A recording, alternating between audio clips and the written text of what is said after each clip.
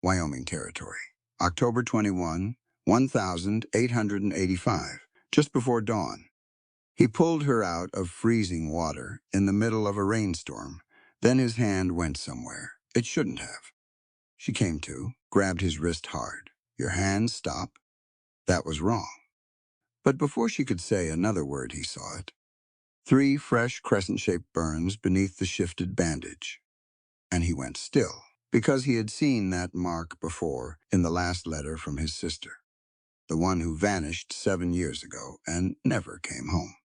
Follow along, because once this story starts, you won't be able to stop. The horse came out of the dark alone. Thad Mercer spotted it from the barn door. A pale shape, moving against the tree line.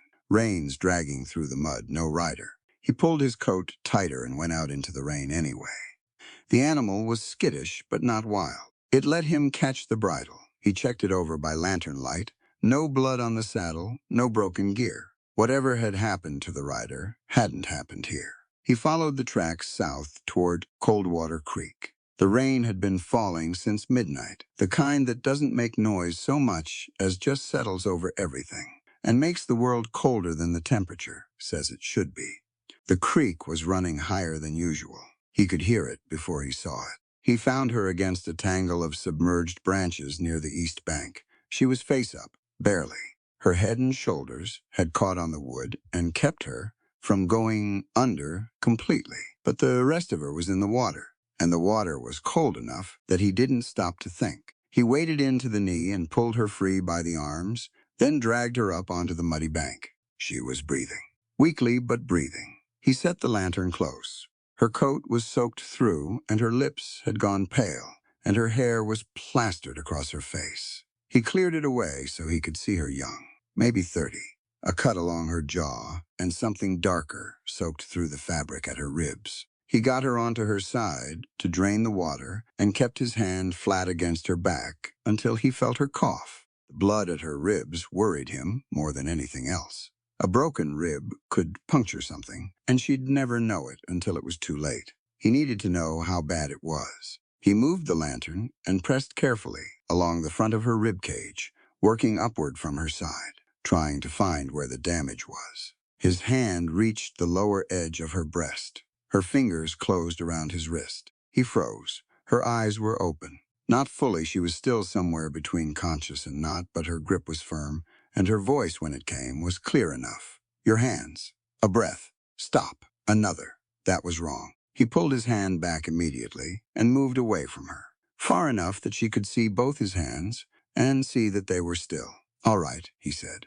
"I won't touch you again unless you tell me." She looked at him for a moment. Then her eyes closed and she went slack again. He sat back on his heels in the mud and the rain and let out a slow breath. Then he got his arms under her and carried her back to the ranch. He put her in the spare room and got Tomas's wife, Elena, to help him with the wet clothing and the wound at her ribs. He stayed outside the door. Elena came out 20 minutes later with a face that told him it was bad but survivable. "She needs rest," Elena said, "and warmth. The bleeding has slowed." He nodded. "Call me when she's awake." He went to the kitchen and made coffee and sat with it until he heard movement from down the hall. She was sitting up when he came in. Someone had given her a dry shirt and a wool blanket, and she'd pulled it around her shoulders. Her color was still poor, but her eyes were focused. She watched him come through the door the way someone watches a door they're not sure they can get to in time. He stayed near the threshold. That is Mercer. "This is my ranch. You're in Red Basin, Wyoming Territory." She didn't answer that right away. She was reading him, measuring the distance between herself and the window, the distance between herself and him. "At the creek," she finally said. "That was you." "Yes. You stopped when I told you." "I did." A pause. "Why are you standing by the door?" "Because you just woke up in a strange place." "And you don't know me," he said. Seemed like the right distance. Something shifted in her expression. Not trust, not yet, but a loosening of the thing that had been braced against him. "Lenora," she said. "That your name?" "It's enough of one for now." He nodded. "All right, Lenora. Are you hungry?" She ate slowly, but she ate everything he brought. He told her about the horse, about finding her in the creek, about the wound at her ribs, and what Elena had said. He kept his voice level. He told her facts and let her ask questions, or not, as she chose. She chose mostly not. He went to clean up the lantern, and when he came back to check on her, she was standing at the window with the blanket still around her shoulders, looking out at the yard, watching the road. He was in the hallway when he remembered the bandage. Elena had mentioned it, that the cloth around Lenora's ribs had shifted when they moved her, that there had been something beneath it. He'd been too focused on the wound itself to ask what she meant. He knocked on the doorframe. "There's something I need to ask you about." She turned from the window. Elena said the bandage had moved, said there were marks beneath it. Lenora's face didn't change, but her hand moved, just slightly, toward the right side of her ribs. "Can I look?" he asked. A long moment. "Carefully," she said. He came in, and she lifted the edge of the shirt enough for him to see. He crouched and held the lantern close. 3 burns, fresh ones, maybe 4 or 5 days old at most, shaped like crescents like the curve of a new moon, repeated 3 times in a row. Below them, marked in what looked like ash or soot, rubbed into a shallow cut.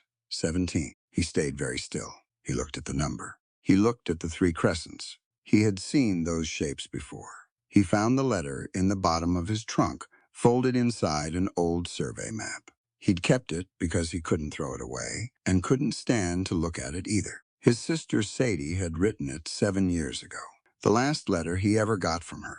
He'd read it so many times the creases had worn thin, and there was a drawing near the bottom, rough, made with a dull pencil, 3 curved marks like 3 small moons. Beneath the drawing, her handwriting. They mark the women who try to run. If you ever see 3 moons, and then it stopped. The sentence never finished. He'd spent 7 years wondering what came after the dash. He brought the letter to Lenora's room. She was sitting on the edge of the bed. He unfolded the paper without explaining and held it out to her. She looked at it. He watched her face change. She took the letter from his hand carefully, the way you take something fragile or something dangerous, and she looked at the drawing for a long time. Then she looked up at him. "Who drew that?" she asked. Before he could answer, he heard hooves in the yard. He went to the window. One carried a lantern, held up high the way men do when they want to be seen. Deliberate. A message. "Stay here," he said. "Don't tell them I'm here." Her voice was calm and quiet and entirely certain. "Whatever they say about me, don't believe them." He looked at her. "They can hurt me," she said. "They cannot kill me yet." That word landed wrong. Yet. Like she already knew the terms of whatever was chasing her. He went outside to meet the riders and left the letter with her. The riders said her name was Laura Bell. Thad stood in the yard with the lantern light, cutting across the mud between them, and let the man in front do the talking. He was broad-shouldered, well-dressed for the weather, and he spoke the way people speak when they've rehearsed it. Smooth and patient, and a little too ready with the details. Laura Bell, he said, had stolen money from her employer. She had attacked a man and fled. She was unstable, confused, likely to hurt herself or someone who tried to help her. "She needs to come back with us," the man said, "for her own safety." Thad looked at all 3 of them. The other 2 hadn't spoken. One had his hand resting near his holster and wasn't trying to hide it. "You have papers?" Thad asked. "A warrant? Something from a marshal?" "This is a private employment matter." "Then it's not my concern until there's lawful authority behind it." He kept his voice even. "You're welcome to ride to Red Basin and get one. Come back with the right paperwork, and we'll have a different conversation." The man studied him for a moment. Then he smiled, just barely, and said, "She must come back alive, Mr. Mercer. Whatever else you're thinking, remember that." They rode out. Thad waited until he couldn't hear the hooves anymore before he went back inside. Lenora was standing in the hallway. She'd heard enough. "They'll be back," she said. "Probably." He hung his coat. "Laura Bell. That's what they told you my name was. Is it?" She met his eyes. "No." He pulled a chair out from the kitchen table and sat down across from her. "Then tell me the truth. All of it, because I just put my ranch between you and 3 armed men, and I did it without knowing why." She sat. She looked at her hands for a moment. Then she looked at him. "My name is Lenora Price," she said. "I'm a telegraph operator. I was born in Nebraska. I have a cousin named Florence who disappeared 8 months ago after accepting a job through an organization called the Western Women's Placement Association. She paused. I went in after her under a false name to find out what happened to her. Thad didn't speak. The man behind the organization is a physician named Ambrose Keene. He's well regarded. He has connections to county officials, freight companies, and at least 2 territorial newspapers. He takes women who have no family nearby or whose family doesn't have money or influence, and he moves them. Her voice was steady. He calls it placement. It isn't. How long were you inside? Several months. Long enough to learn the structure. Long enough to help one woman get out. A beat. That's when they caught me. The burns. He understood now where they'd come from. Harlan Voss, she said. He supervises the transfer stations. He marked me 4 days ago after he found out what I'd done. She touched the right side of her ribs without thinking about it, then stopped. The 3 crescents are his. He puts them on women who try to run or cause trouble. The number beneath is his private record. 17 women before me, and he let you live. Keene ordered it. She folded her hands on the table. He has a reason. What reason? She told him. Before Voss had caught her, Lenora had told Keene that she'd arranged a sealed packet with a telegraph operator in Cheyenne. The instructions were simple. If Lenora didn't send a specific confirmation phrase by Monday, October 26 at noon, the operator was to open the packet and telegraph its contents to the territorial marshal, a federal postal inspector, and a newspaper editor. The packet, she said, contained everything: routes, aliases, station names, dates, the names of women who had disappeared. Keene believed her. He needed her alive because if she died, the packet opened automatically. He needed her cooperative, or at least findable, so he could learn where the packet was before the deadline. It's Wednesday morning, Thad said slowly. Monday noon is 5 days away. Less than 5 now. He was quiet for a moment, and the operator in Cheyenne, the sealed packet. Lenora looked at him without blinking. We'll get to that. He decided to let it go for now. How did Keene find out your real name? He asked instead. If you were using Laura Bell. Voss searched my belongings after he caught me. He cut open the lining of my travel bag. Her jaw tightened slightly. Inside, he found an old receipt from a telegraph office in Nebraska. I'd forgotten it was there. It had my real name on it. She paused. Lenora Price. Once Keene had that, he sent inquiries through his contacts. It didn't take long. He confirmed I'd worked as a telegraph operator. He found my connection to Florence. He understood what you actually were, Thad said. He understood that Laura Bell wasn't a vulnerable woman looking for work. She was Florence Price's cousin, trying to expose him. She said it plainly, without bitterness. That's when he stopped treating me like a problem to be disposed of and started treating me like a problem to be solved. Thad got up and refilled his coffee. He stood by the stove for a moment, with his back to her, thinking about the letter in Lenora's hands. The drawing of 3 moons. Sadie's unfinished sentence. He turned around. There are some terms I want to lay out, he said. If you're staying here, she waited. I won't come into your room without warning. I'll tell you before I need to touch you, whenever I can. You stay free to leave whenever you choose. He set the coffee down. In return, I need one thing. Don't lie to me about threats that could put this ranch in danger. I can't protect what I don't know about. She considered that. Then she nodded. Agreed. Good. He sat back down. Now the letter. He'd left it with her earlier. She slid it back across the table. He looked at the drawing and at Sadie's handwriting and at the dash where the sentence ended. My sister, he said. Sadie Mercer. She left Wyoming 7 years ago.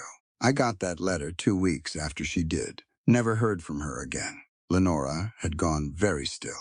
Tell me what you know, he said quietly. She opened her mouth. Then Tomas appeared in the doorway from the back of the house, his expression tight and careful. There's a lantern, he said, on the north ridge. Someone's signaling. All 3 of them went to the window.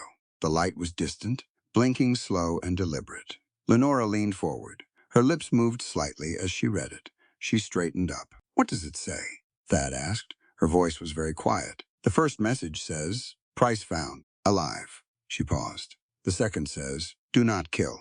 The kitchen was silent. Thad looked at the letter, then at her. What happens Monday, he said, if you don't send that message? Lenora looked at the lantern blinking on the ridge. Keene thinks his life ends, she said. He asked her the next morning. They were at the kitchen table again. early before Elena arrived. The rain had stopped, but the sky was still low and gray, and the yard was thick with mud. Thad put coffee in front of her and sat down and looked at her directly.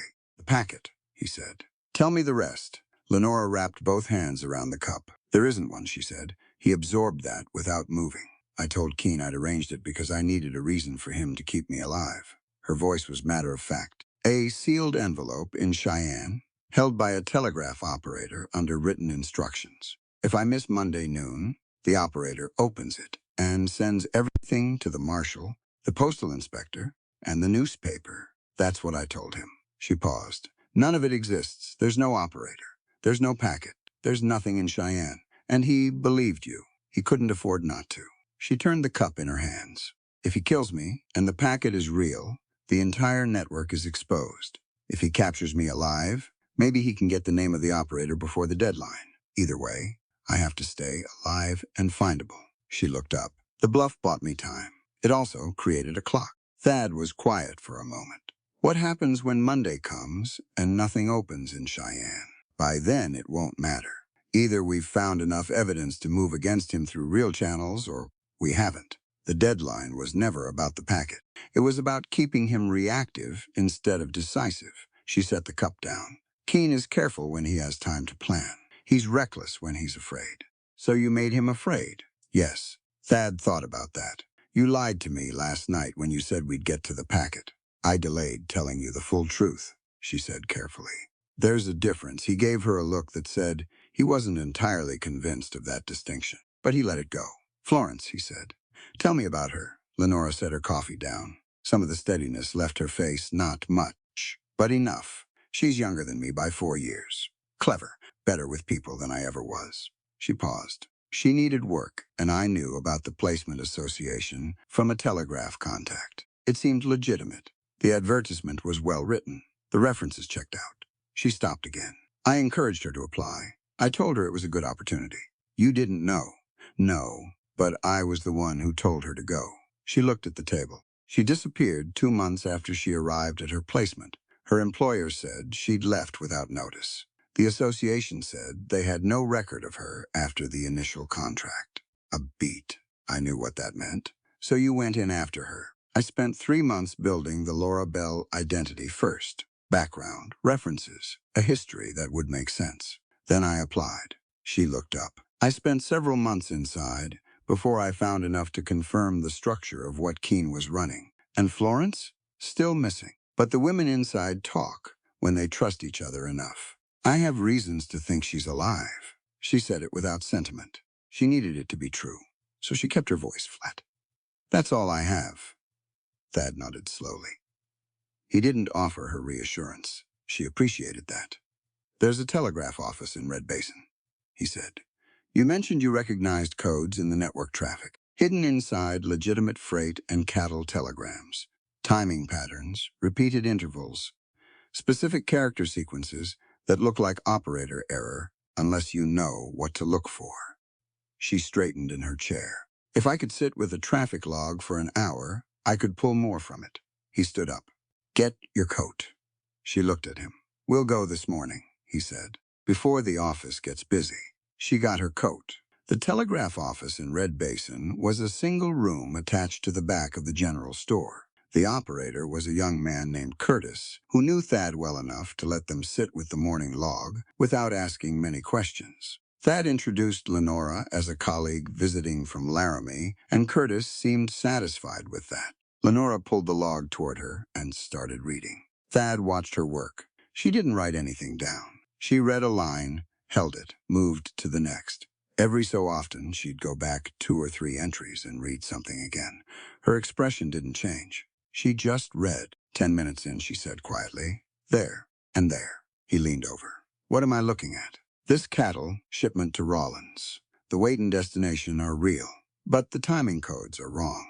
The intervals between these 3 characters don't match standard operator rhythm." She moved her finger along the line. "Someone sent a second message inside this one. You'd only see it if you already knew the pattern." "What does it say?" She was quiet for a moment reading. "Then transfer dates, station abbreviations, 2 wagon routes." She moved to another entry. "Here, same pattern, different station." She read in silence.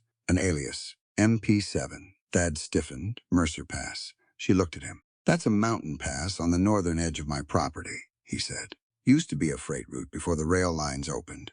Nobody uses it much anymore. Lenora turned back to the log. Her finger moved slowly down the page and stopped. This one, she said. He looked. A name among the station codes. S. Morrow hold position. Sarah Morrow, Lenora said, mostly to herself. There was a woman inside Keene's organization with that name. Quiet. She warned me once not to ask questions near Voss. She paused. I always thought she was frightened.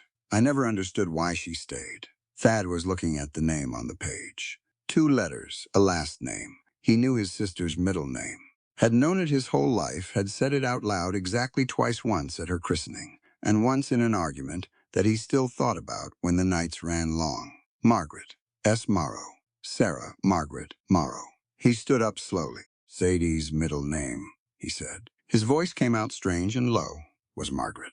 Lenora turned to look at him. The telegraph key clicked softly somewhere across the room. Curtis was taking a new message, not paying attention to them. Thad stared at the log. The 2 letters. The station code. The instruction to hold position. Whoever had sent that message knew where Sarah Morrow was, and Sarah Morrow, whoever she was, wasn't moving. He looked at Lenora. She was already watching him with the expression of someone who has just understood something they weren't expecting. Neither of them said anything else. Thad wanted to ride for Mercer Pass that same afternoon. Lenora stopped him at the barn door. Think it through, she said. We have a name on a telegraph log. We have a middle name that matches. That's not the same as knowing where she is right now or whether she's still there. She kept her voice even. If you ride up to Mercer Pass and she's already been moved, you've shown Keene exactly where we're looking, and we lose whatever advantage we have left. He stood with his hand on the barn door and didn't answer for a moment. You're saying wait. I'm saying be smart about it. She didn't soften it. Knowing Sadie is alive isn't the same as finding her. We need more information before we move. He let go of the door. They talked it through at the kitchen table with Tomas, who had worked Mercer Ranch for 11 years and knew the land between Red Basin and the pass better than anyone. He mentioned a place called Black Pine, an old freight transfer station about 6 miles northeast, abandoned for the better part of 2 years. He'd seen wagon tracks near it last spring that hadn't made sense to him at the time. How abandoned? Lenora asked. On paper, Tomas said. They rode out at first light the next morning. Black Pine had been a working station once. There was a main building, a long, low structure with a pitched roof, and 2 smaller outbuildings connected by a covered walkway that had mostly collapsed. The yard was overgrown. The fencing had come down in sections. But the ground near the main door had been disturbed recently, and the disturbed ground didn't lie. Thad went in first. Lenora came in behind him with the lantern. The smell hit before the details did. Old wood and something sharper underneath. Medicine, maybe. Something institutional. Along the near wall were stacked crates. Inside them, empty medicine bottles, brown glass, paper labels half peeled away. Blankets folded in rough piles, worn thin. Lengths of rope cut, an iron cuff without its mate. Women's clothing in 2 separate heaps, one folded, one torn. Lenora crouched near the torn pile and looked at it without touching it. On the far wall, names had been scratched into the wood at irregular heights.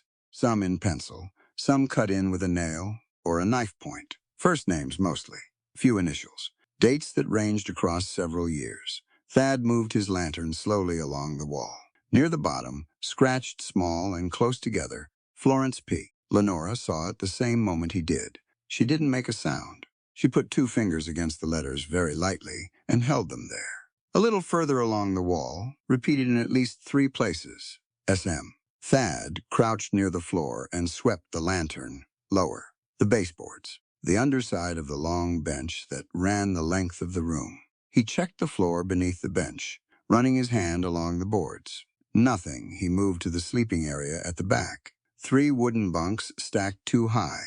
He checked the underside of the middle bunk, the underside of the top. Then he got down flat on the floor and held the lantern under the lowest bunk. The scratches were there. Small letters made carefully, like someone had taken time with it, despite not having much. Thad saved them first. He lay on the cold of floor and read it 3 times. When he was a boy, maybe 9 or 10, he'd taught Sadie a game. They'd been trying to keep messages from their older cousins during a long winter visit. He'd told her, hide it where someone's standing upright, would never think to look. Down low under the things. At floor level, she'd used it again. 20-some years later, she'd used exactly what he taught her. He got up slowly and walked back to where Lenora was standing. She read his face. She was here, he said. Yes. He looked around the room again. The medicine bottles, the torn clothing, the names on the wall. The message says, save them first, Lenora said quietly. He knew he'd read it. She didn't say save her first, Lenora continued. She said, save them. Thad was quiet for a long moment. She's been in there 7 years. She had to have had chances to leave before now. Maybe. Lenora set the lantern on the bench. Or maybe she made a choice. They went through the rest of the station carefully. In a second room, smaller, that had served as some kind of records room, they found a wooden box wedged behind a rotted section of wall. Inside were scraps of paper, fragments of lists, transfer times, wagon numbers, abbreviated station names that Lenora recognized from the coded telegraph traffic. She sat on the floor and spread the papers out and started reading. Thad watched her work, and while she worked, he thought about what he knew and what he still didn't. Sadie had entered Keene's network the same way the other women had. She'd left Wyoming looking for work. The same as she'd told him she was going to do before they'd argued about it. She'd been 22, capable and stubborn, and not willing to stay on the ranch because he'd told her to. He'd told her that if she left, she shouldn't expect him to come chasing after her. He hadn't meant it. He'd never said so. After an hour, Lenora had a picture of it. She talked it through, looking at the papers spread on the floor rather than at him, and he listened. For the first 2 years, Sadie couldn't have escaped. Keene moved women frequently in the early period, before they became useful. Isolation, new faces, repeated relocation, it was designed to disorient and exhaust. By the time someone understood what was happening, they'd already been separated from anyone who might help. But around year 2, some women became trusted enough to handle administrative work, meal coordination, clothing inventory, passenger records, transfer timing. It meant limited mobility, access to information. Sadie had been one of those women. At that point, she could have run, Thad said. Yes, Lenora said, but she knew things. She knew which women were arriving, where they were going, which guards were careless, and which routes had gaps. She set down one of the papers. One woman on the inside who knows the system can sometimes do more than one woman running from it. So she stayed on purpose. Not entirely. Not at first. Lenora was honest about it. Fear keeps people in place, too, even after the physical locks come off. And after enough years, the role you've been playing starts to feel like the only one available to you. She paused. But she also did things. Small things. A door left unlatched at the right time, a wagon departure time changed by an hour, a transfer number switched. A woman quietly told what to say at the next stop. She looked up, none of it obvious enough to see a pattern. Keene thought she was obedient. Thad looked at the bunk where the message was. She told me not to come after her, he said. Save them first. She knows you. She knew what you'd want to do the moment you found that. Lenora gathered the papers into a careful pile. She's asking you to trust her judgment. She made a decision, and she wants you to honor it. He was quiet for a long time. She's right, he finally said. Lenora nodded. They were packing the papers into her bag when she stopped and crouched near the doorway. She picked something up, a piece of paper, folded, that had been wedged into a crack in the door frame at ankle height. She opened it, read it, handed it to Thad. It was a fragment of a transfer log, yesterday's date. But the departure column had been crossed out and rewritten. The original time read early next week. The new time read tomorrow. Someone had moved the schedule forward. Thad looked at Lenora. They're accelerating. Keene's afraid, she said. Monday is getting closer, and he's trying to get everyone moved before it arrives. She looked at the paper again. The next transfer isn't next week. It's tomorrow. They rode back hard. The smoke came from the south. Thad saw it from the top of the ridge on their way back, a dirty brown-gray column rising from somewhere past the lower pasture. He put his heels to the horse and didn't look back to see if Lenora kept up. She did. By the time they reached the yard, Tomas was already running. The fire had caught in the dry grass along the south fence line, and the wind was pushing it northeast toward the winter hay stacked against the barn's outer wall. Two of the ranch hands were beating at the edges with wet feed sacks. A third was moving horses out of the south paddock. It wasn't an accident. The grass between the fence and the road was too wet from recent rain to catch on its own. Lenora pulled up beside Thad and took in the whole yard in one look. "The water barrels," she said. "Where are the wagon teams?" "North paddock." She was already moving. Thad went for the hay.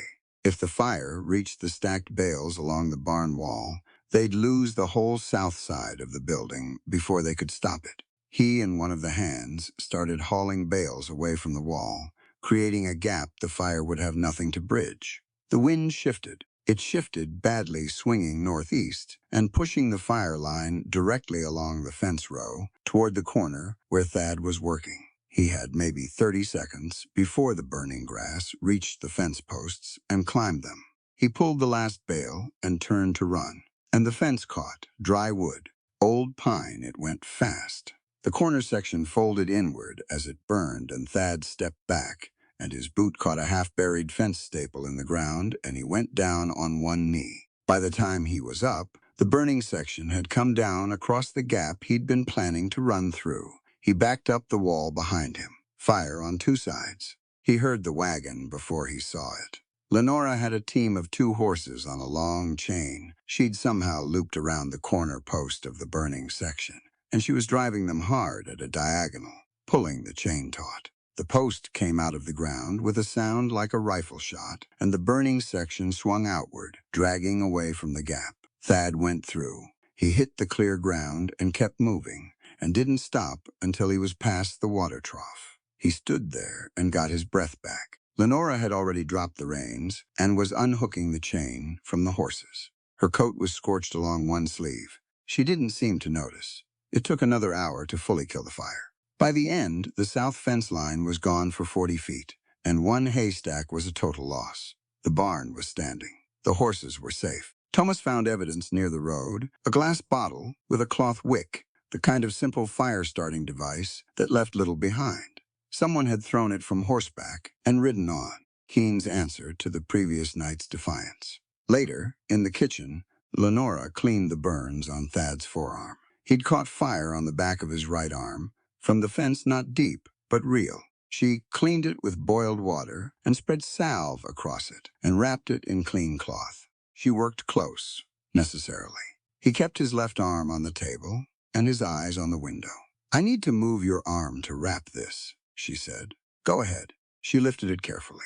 Her hands were steady. She worked without rushing. When she finished, she didn't immediately let go. "At the creek," she said, "when you stopped, you didn't argue about it." "No.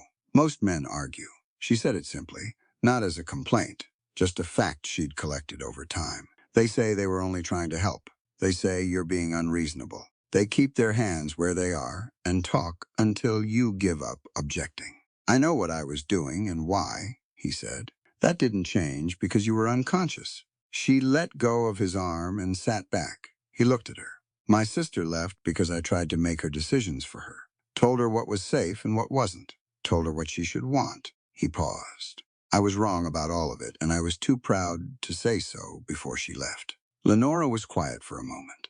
"I told Florence to go," she said. "I thought I was helping. I thought I was doing the responsible thing, pointing her toward an opportunity. She looked at her hands. I put her right into Keen's network, and I called it good advice. Neither of them said anything for a while." It was the kind of quiet that doesn't need filling. Tomas knocked on the back door and came in with Nell Dwyer from town, a broad-faced woman who ran a boarding house on Red Basin's Main Street and apparently knew everyone and was afraid of no one. Behind her was a younger woman, thin and careful in her movements, who stood just inside the door. "This is Margaret Vale," Nell said. "She has something to tell you." Margaret looked at Lenora first, then Thad. "I was at 3 of Keen's stations," she said. Her voice was quiet and measured. "Over about 2 years. I knew a woman there called Sarah Morrow." She stopped. "She told me once that she had a brother in Wyoming. A rancher. She said she'd left him badly and that she owed him better." "Sarah Morrow. is Sadie Mercer, Margaret said. The kitchen was very still. She helped me, Margaret continued. She left a door unlatched one night. She'd changed the wagon time in the log, so the guard was in the wrong place. It looked like two separate mistakes. She looked at Thad directly. It wasn't mistakes. She planned it. She knew exactly what she was doing. Before anyone could respond, Tomas came in from the front of the house with a telegram in his hand. He handed it to Lenora. She read it, set it on the table. Transfer all stock. 3 days become 1. Thad looked at it. Keen's moving everything up, Lenora said. He's cutting the timeline by 3 days. She stood up from the table. The next transfer isn't tomorrow. She looked at Thad. It's tonight. The cattle contract cancellation arrived Thursday morning, delivered by a rider who didn't meet Thad's eyes when he handed over the letter. The buyer was a man named Aldrich, out of Cheyenne. He and Thad had done business for 6 years without a single dispute. The letter cited concerns about Mercer Ranch's current associations and the reliability of contracts involving ongoing legal uncertainty. It was politely worded. Every line of it had Keen's fingerprints on it. Tomas brought the mail from town an hour later. 2 suppliers were requesting early payment. A man who sold Thad Winterfeed had sent a note saying he was reviewing his client list. Keen never signed his name to any of it. He didn't need to. Lenora read the letters at the kitchen table without comment. She'd been the one who brought this to Mercer Ranch's doorstep, and she knew it. Thad didn't say it, and she didn't apologize for it, because apologies weren't useful, and they both understood that. He's applying pressure, she said. He wants you to hand me over voluntarily. It's cleaner than taking me by force. He can want whatever he likes. She looked at him. Thad, he's burning your livelihood. Then we move faster than he does. That afternoon, a message reached them through Nell, passed hand to hand from a woman in Red Basin who'd heard it from a freighter who worked the northeast routes. Several women had been moved back to Black Pine. Lenora read the message twice. Then she set it down carefully. It's a trap, she said. Thad looked at her. Think about what Black Pine gave him last time. Nothing, because we'd already been and gone. She spread her hands on the table. But if he puts word out that women are being held there and we ride in to check, he gets something more valuable than catching us. He sees who comes with us, Thad said. He identifies the whole network. Everyone willing to help us becomes a target. She paused. But if we don't go and the women are real. She didn't finish it. She didn't need to. They went. They had to. Thad, Lenora, Tomas, Deputy Pike, and 2 ranch hands Thad trusted completely. They approached by 3 separate routes, spread across an hour, the way Pike suggested. No obvious group, no pattern. A watcher on a ridge could easily read. Black Pine was empty. Not recently evacuated, simply empty. No medicine smell. No disturbed ground, no fresh marks on the wall. The place had been cleaned out since their last visit, and nothing replaced it. They found one message, a single piece of paper left in the center of the main room floor, held down by a stone. Lenora read it and didn't move for a moment. She handed it to Thad. Thank you. Now, I know who belongs to her. He read it. Read it again. The real purpose of the whole thing became clear, standing in that empty room. Keen hadn't needed the women to be real. He'd needed to see who showed up. The consequences arrived fast. By Friday morning, Nell's boarding house had been searched by 2 men claiming to investigate a theft complaint. Nothing was found, but the message was received. Tomas noticed a rider following him at a distance on his way back from town. He took a long route home and lost him, but the point had been made. Pike received a formal written inquiry from a county official questioning his conduct and suggesting he recuse himself from matters involving Mercer Ranch. 2 of Thad's suppliers were visited by men asking about their business relationship with him. Keen now knew the shape of everything arrayed against him. Lenora was at the barn when the northbound stage came through Red Basin late Friday afternoon. Thad had driven her into town for supplies, and they'd been on their way back when the stage pulled up to the depot. She stopped walking. The stage was heading north. It would connect to the main line at Laramie. From there, a person could go east, west, anywhere. Out of Wyoming, out of Keen's reach, at least temporarily. Thad stopped beside her. He looked at the stage. Then at her, he could see her reading the same thing he was reading, a real exit, a viable one. Not a reckless run through open country, but an ordinary departure on a scheduled coach. I can get you on that stage, he said. I know the driver. He kept his voice level. I have some money set aside. It's not much, but it would get you somewhere safe. She turned to look at him. You haven't told me about the cattle contract, she said, or the suppliers. No, but you know about them? Yes. She looked at the stage again. The driver was switching out horses, maybe 10 minutes before departure. Lenora picked up her bag. Thad didn't move, didn't ask her to stay, didn't mention what the last 4 days had cost him. He'd made her a promise when she first woke up in his spare room. She was free to leave whenever she chose, and he wasn't going to hollow it out the moment it became inconvenient. She walked toward the depot. He watched her go. She was 6 feet from the stage when the telegraph office door opened and Curtis came out with a message slip, looking around the street. He spotted Lenora and held it up. She'd asked him to flag anything with certain station codes. She took it. Read it. Her body went still. Thad crossed the street slowly. She handed him the slip without speaking. A transfer order in the coded format she'd taught him to recognize. 6 women. Destination, the railroad junction south of Red Basin. Departure, tomorrow night. 6 real women. Moving tomorrow, she stood for a moment with her hand still out, the paper now in his hand. Then she stepped away from the stage. She walked back toward him and stopped and looked at him with an expression he hadn't seen on her face before. Something that had been held at a careful distance suddenly wasn't. She understood, he thought, that he'd been willing to let her go, genuinely willing, and that was the thing that made her stay. He didn't say any of it out loud. He just handed the message slip back to her. 6 women, she said. Tomorrow night. Then we have work to do. They walked back to the wagon together. Behind them, the northbound stage pulled out of Red Basin without her. A telegram reached Thad's ranch that evening through an indirect route passed through Nell, who'd received it from a contact she didn't name. 4 words, price alive. Mercer, optional. Lenora read it over Thad's shoulder. She didn't react to her own name. She read it once, carefully, and said nothing. Thad set the paper on the table. It was Friday. Monday noon was less than 3 days away. Saturday morning, Lenora told him the part she'd left out. She waited until Tomas had gone to the north pasture and Elena had stepped out to the garden. Then she sat down across from Thad at the kitchen table and folded her hands in front of her and said it plainly. When I went into Keene's organization, I wasn't only looking for Florence. She paused. I intended to kill him if I found out she was dead. Thad looked at her steadily.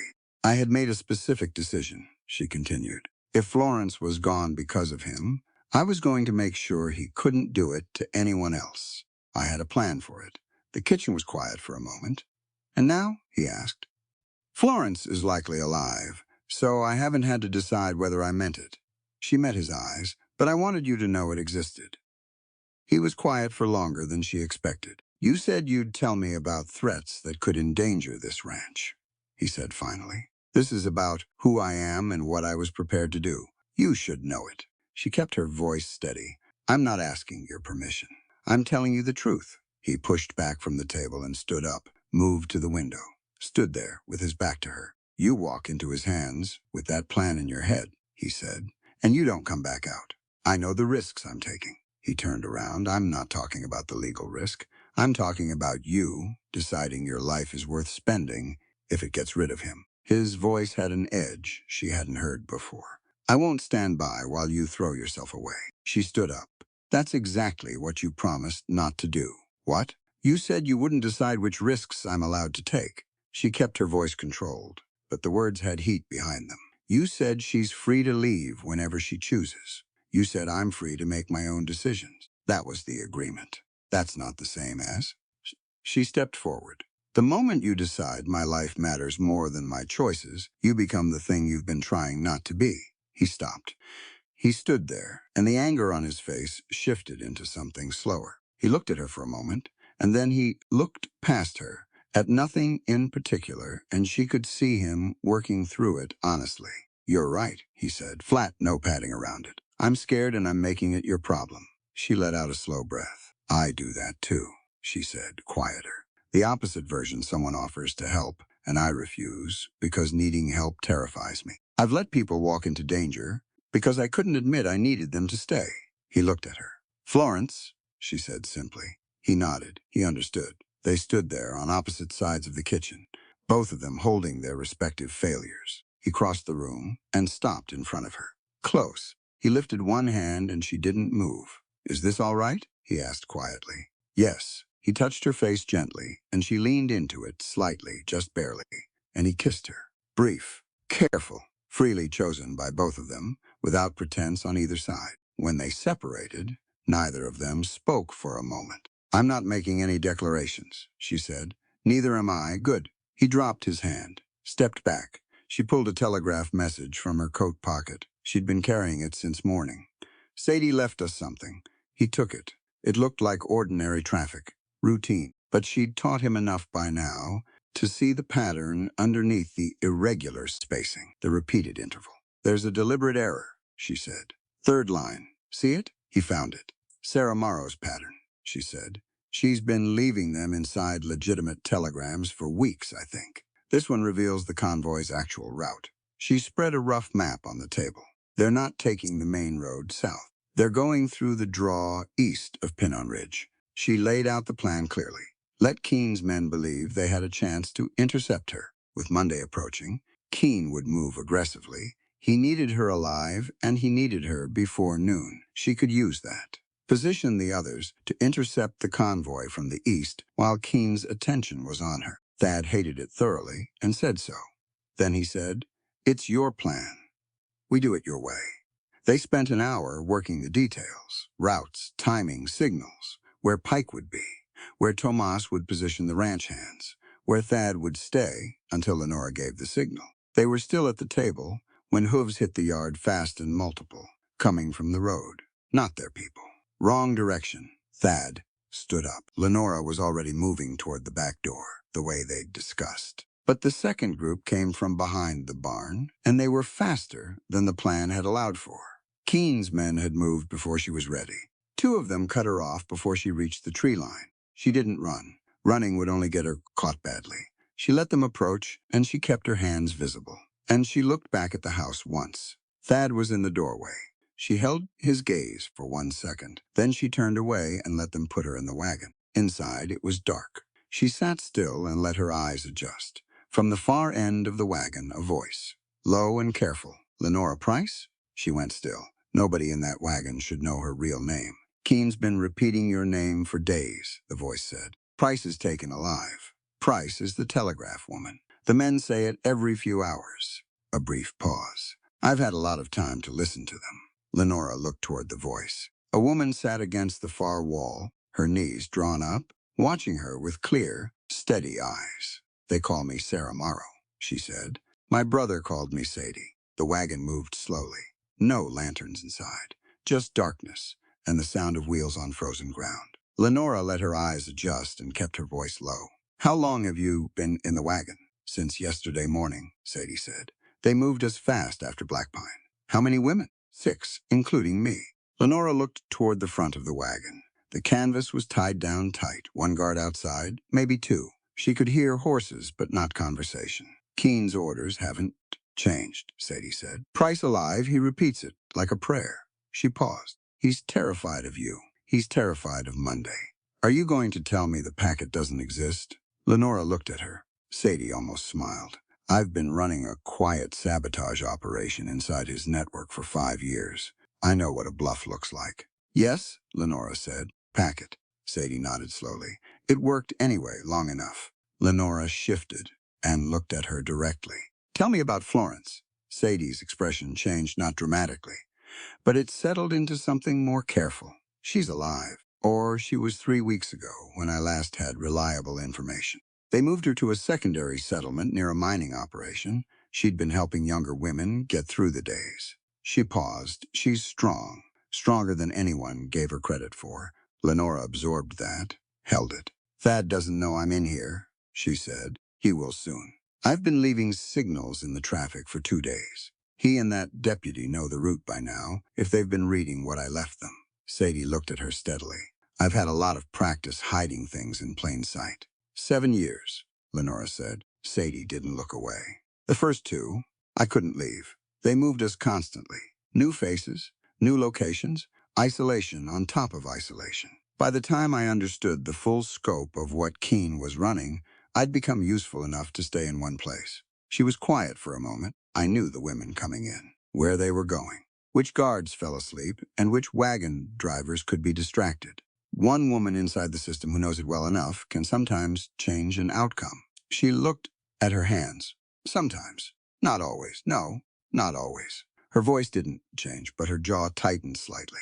I didn't save everyone.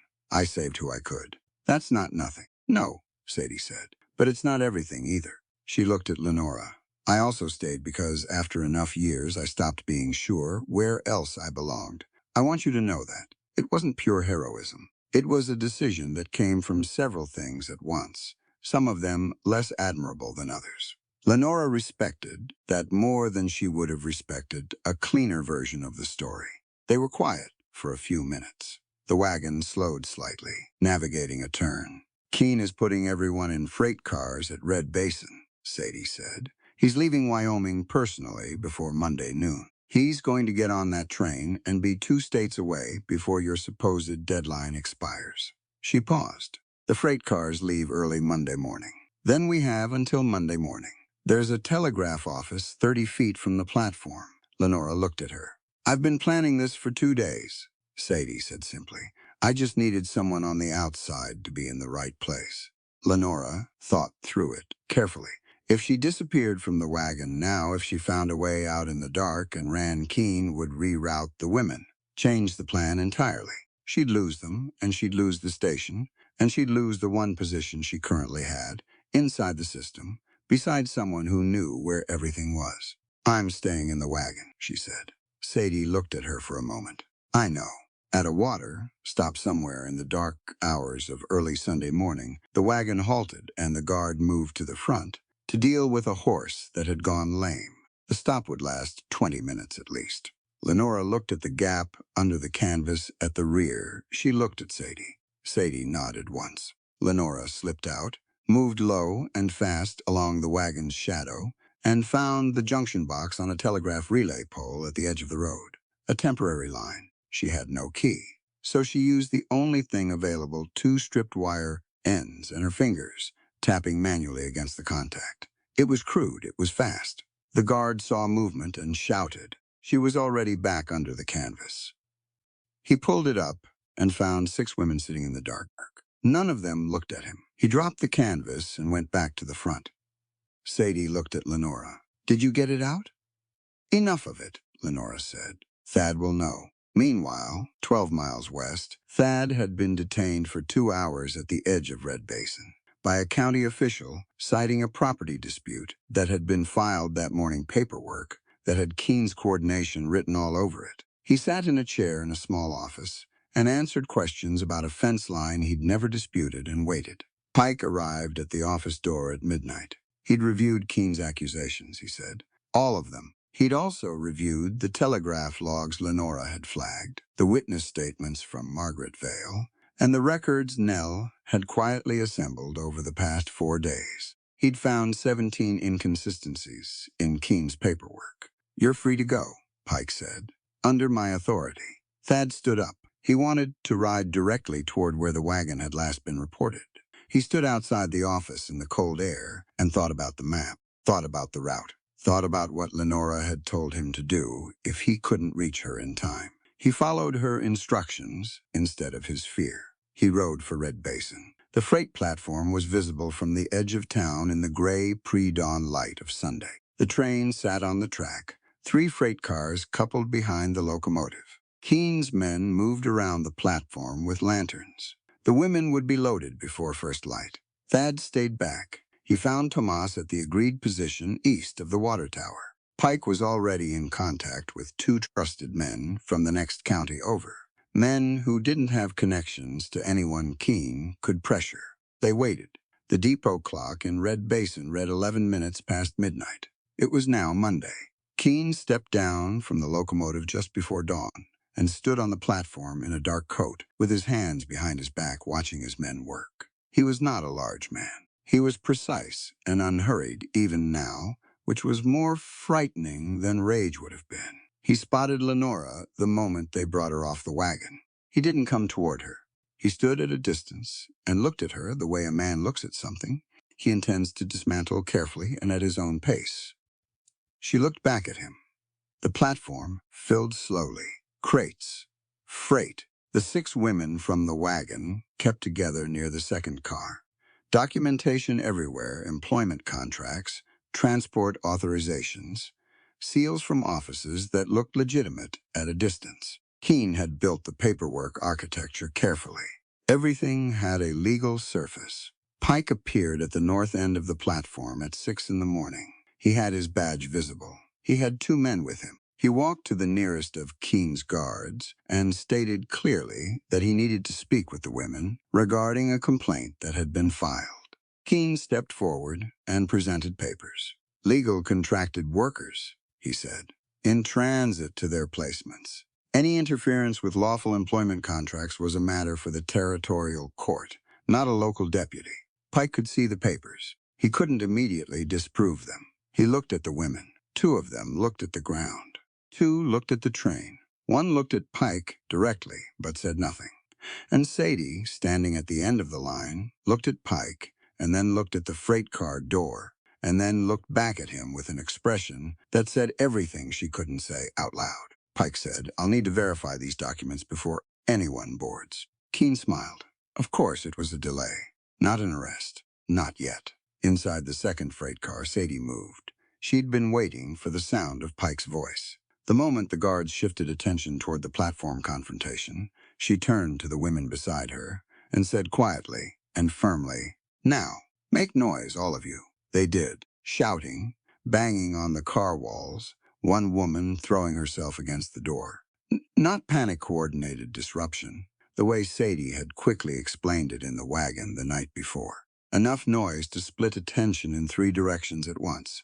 Lenora ran. 2 of Keene's men came after her immediately. She went for the telegraph office, the small building 30 feet from the platform's edge. She hit the door with her shoulder, and it gave, and she was at the key before the first man reached the doorframe. Thad came out of the shadow beside the water tower and put himself between Lenora and the doorway. He didn't move her away from the key. He stood at the door and let her work. She sent everything: route, aliases, freight identifiers, station codes going back 14 months, transfer dates, false employer names. The recurring code patterns she'd memorized from the Red Basin logs. She sent comparative instructions to 6 telegraph offices, asking them to match the identifiers against their archived traffic. Her hands moved fast, and she didn't look up. The responses started coming back within minutes. Confirmations from 3 offices. The same codes appearing in traffic they'd flagged as irregular, but never investigated. One office reported a matching alias tied to a missing woman complaint from 8 months ago. The pattern was real. It existed in multiple places simultaneously. No single telegram proved the crime. Together, they made it impossible to explain away. On the platform, things were converging. Sadie stepped out of the freight car and stood in full view of the platform and said Keene's name. His full name, loudly, in front of everyone present. She described him, his organization, his methods. She named 3 stations. She named Harlan Voss. She had been inside the network for 7 years, and she spoke with the specific knowledge that only comes from that kind of proximity. Margaret Vale arrived with Nell at the platform's south entrance. Nell had the boarding house records, the names, the dates. Margaret identified Voss's station system by its physical details. The women inside the freight cars said, loudly and clearly, that they were being transported against their will. 2 separate telegraph offices sent confirmation back to the Red Basin key within the same 10-minute window. One of Keene's men broke, a young one, standing near the baggage cart, who had been watching everything collapse in real time. He told Pike about a second holding location 12 miles east. Keene walked to the locomotive. He moved without hurrying, without running, because running would have been an admission. He spoke to the engineer, and the train began to inch forward, separating the locomotive from the freight cars, leaving his men and the women behind. Lenora looked up from the key. She saw it. She went out the side door and around the corner of the building at a run. The track switch, a manual lever, stiff from cold, requiring both hands and her full weight. She pulled it. The mechanism turned. The locomotive rolled onto the siding and ran out of track 40 feet from the main line. It stopped with a sound like a long exhale. Keene stepped down from the cab. He looked at Lenora across the platform. A long look. Then he reached inside his coat. Thad moved before the weapon cleared the fabric, and it became a short and ugly fight on a train platform. In the early morning of a Monday in October, witnessed by a deputy, 2 out-of-county lawmen, 11 other people, and the women standing at the freight car doors. Pike made the arrest himself. An hour later, a message came through the Red Basin Key from the second camp 12 miles east. Florence Price had been found alive. Thad found Lenora inside the telegraph office after noon. She was sitting at the key with her hands in her lap, not sending anything, just sitting. The depot clock said 12:15. Keene had been taken to Pike's office. His men were being held separately. The platform outside was full of voices. Thad came in quietly and stood near the door. Lenora looked at the clock. "He asked me," she said. "Before they took him, he demanded to know where the packet was." She paused. "I told him there never was one." "How did that land?" He understood. She looked at her hands. They were shaking slightly. Now, the way hands do, after the work is finished, and there's nothing left to grip. 5 days of chasing a document that didn't exist. He exposed his entire network, trying to prevent something that was never there. Thad didn't move toward her. He stood at the door and waited. She looked up at him. "I knew how to survive him," she said. "I don't know what comes after." He crossed the room and stopped in front of her. He kept his hands at his sides. "Whatever comes after," he said, "you get to choose it." Outside, Sadie was sitting on a platform bench with her face turned toward the pale October sun. Thad went to her. He sat down beside her. He didn't know what to say. 7 years of things he should have said before she left, and now he had all of them at once, and none of them seemed like enough. "I spent 7 years believing I failed you," he said. Sadie looked at him. Her eyes were tired and clear, and entirely her own. "Then don't waste the 8th, she said. He put his arm around his sister, and she leaned against his shoulder, and they sat on the bench in the October sun while the platform slowly emptied around them. Spring came late to Red Basin that year. By April, the snow was still sitting on the upper ridges, but the lower pastures had gone green, and the creek was running clear. The kind of spring that makes you believe the winter actually ended. 6 months had passed since Monday morning on the depot platform. Keene's trial had lasted 11 days. His own documentation, built so carefully to look legitimate, became the primary evidence against him once investigators understood how to read the coding structure that Lenora had mapped. 3 territorial judges reviewed the telegraph logs. The pattern was undeniable. Ambrose Keene was convicted on charges of kidnapping, unlawful confinement, conspiracy, and fraud connected to transportation contracts. He received a sentence of territorial prison. He would not return to Wyoming. Harlan Voss had run. He got as far as Colorado before one of Keene's former men, who had decided that loyalty to a collapsing enterprise was a poor investment, gave up his location. Voss was arrested, tried separately, and convicted. The man responsible for the 3 Crescent burns would not return either. The network itself, the Western Women's Placement Association, and the freight arrangements that had sustained it, was finished. The telegraph evidence had reached enough offices in enough jurisdictions that the recruiters who hadn't been arrested had been publicly identified. The transportation system that Keene had depended on refused to work with anyone connected to his operation. Some of them ran. Some were found. The rest simply had nowhere left to hide. Florence returned to Red Basin on a Thursday afternoon in late April. She came on the afternoon stage. Lenora was at the depot. She'd known the arrival time for 3 days and had told no one, because some reunions don't need an audience. Florence stepped off the stage thinner than Lenora remembered. She moved carefully, the way a person moves when they've learned to take stock of a space before they enter it. But her eyes were clear. And when she saw Lenora, she stopped walking and looked at her for a long moment. Lenora crossed the distance between them. They stood on the depot platform holding on to each other, and Lenora said Florence's name once. And then neither of them spoke for a while. When they pulled apart, Florence looked at her suspiciously. I know what you're carrying, she said. Don't. She said it, simply. The way you say something you've been thinking about for months and have finally gotten clear. I made my own choice to go. You gave me information. I walked through the door. She paused, and inside I helped people. I want you to know that. It wasn't only suffering. Lenora looked at her. Let it go, Florence said. For the first time since October, something in Lenora's chest actually did. Sadie didn't come back to Mercer Ranch permanently. She stayed for 3 weeks after the trial, long enough to sleep in a real bed and eat regular meals and sit with Thad on the porch in the evenings without either of them needing to fill the silence. Then she told him what she'd decided. She was going to work in the frontier towns, the ones where women arrived alone, without family connections, looking for work, vulnerable to exactly the machinery she'd spent 7 years watching from the inside. She knew what the advertisements looked like. She knew the language the recruiters used. She knew how to spot the pattern before a woman stepped through the wrong door.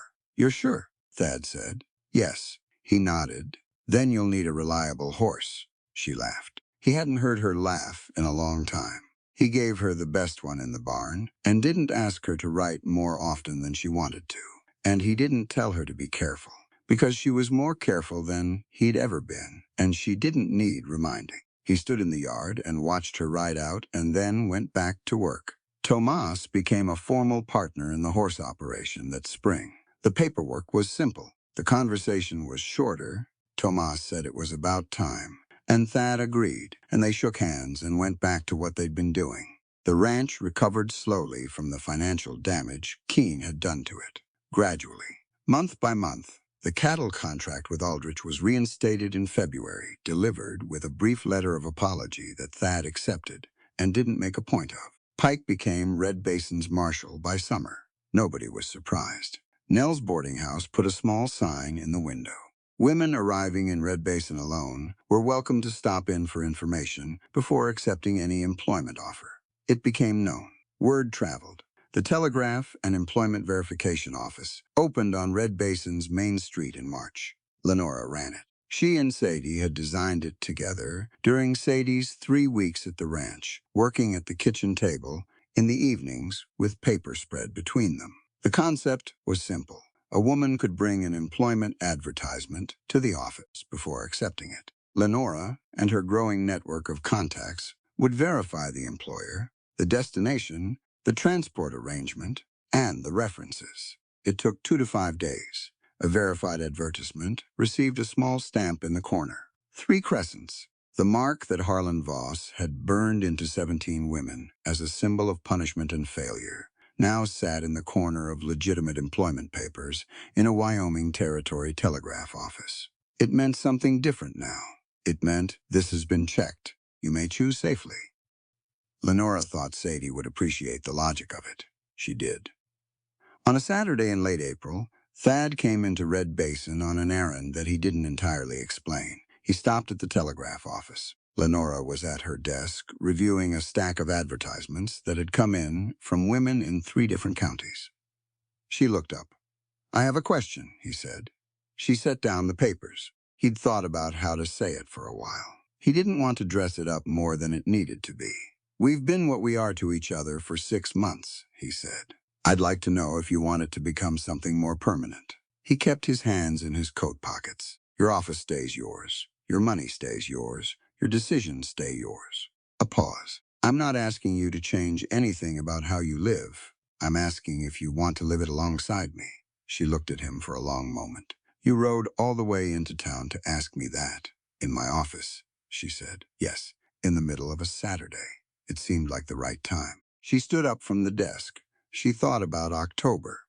The creek, the cold water and the muddy bank, and the first words she'd said to him while she was barely conscious. She thought about 6 months of deliberate choices, his and hers, both to treat each other as people capable of deciding their own lives. I need to close up the office first, she said.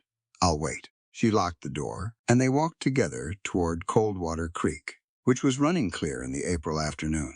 The willows along the bank had come back green. The water caught the light differently in spring than it did in October. Thad stopped near the east bank. He stood there, looking at the place where he'd pulled her out of the water 6 months and a season ago. He lifted one hand toward her. Then he stopped. His hand dropped slightly. He remembered what she'd said to him that morning. Half conscious, frightened, her fingers around his wrist. Your hands. Stop! That was wrong. He'd honored it then. He honored it now. Lenora watched him stop. She saw exactly what he was doing, and why.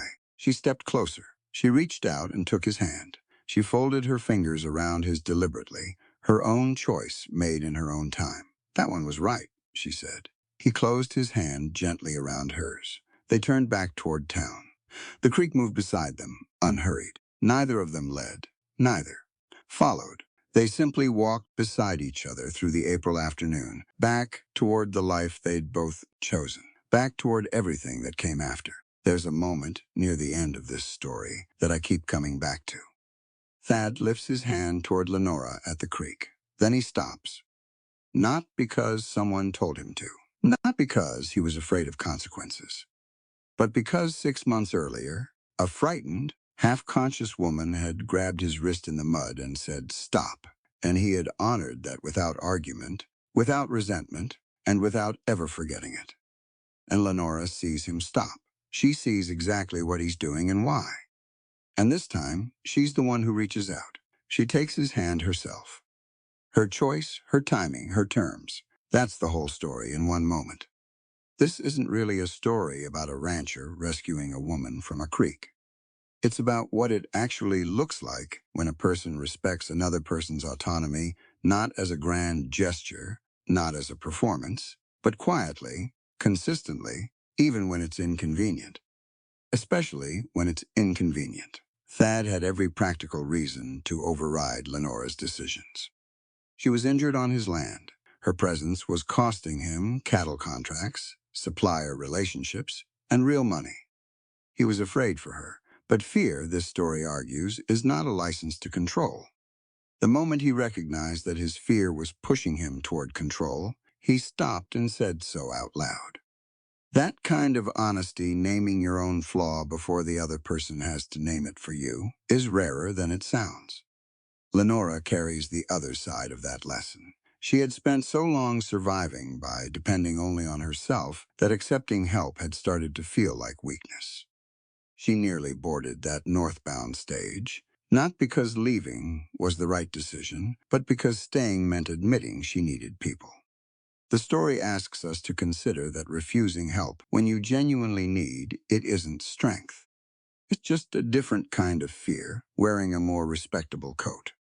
Then there's Sadie, 7 years inside a criminal network, performing small, quiet acts of resistance that no one would ever fully see or credit. She didn't get to be dramatic about it. She couldn't announce what she was doing. She just left a door, unlatched at the right moment, changed a departure time by 1 hour, quietly told one woman what to say at the next stop. And she stayed not only because she was trapped, but because she understood that one person with access to information is sometimes more useful than one person who has escaped. That's a hard, unglamorous kind of courage, the kind that doesn't make for a clean heroic narrative, the kind that's most common in real life. What I find most honest about this story is that none of these characters are purely noble. Thad's instinct to protect shaded into control, and he had to catch himself. Lenora's independence shaded into isolation, and she had to admit it. Sadie's choice to stay came from genuine strategic thinking, and also from fear, and also from no longer knowing where else she belonged. The story doesn't clean that up. It lets all three things be true at once. Because that's how people actually work. We make decisions for mixed reasons. We are brave and frightened at the same time. We help others and ourselves simultaneously, and there's no shame in that being complicated. That's what the story is really about. Not the villain going to prison. Not the romance. Not even the reunion at the creek. It's about the daily, unglamorous, sometimes costly work of actually respecting other people. And the quiet but permanent difference it makes. This story is a work of fiction set in the American West of the 1880s and is intended for entertainment and storytelling purposes only. All characters, organizations, and events depicted are entirely fictional, and any resemblance to real persons or historical incidents is coincidental.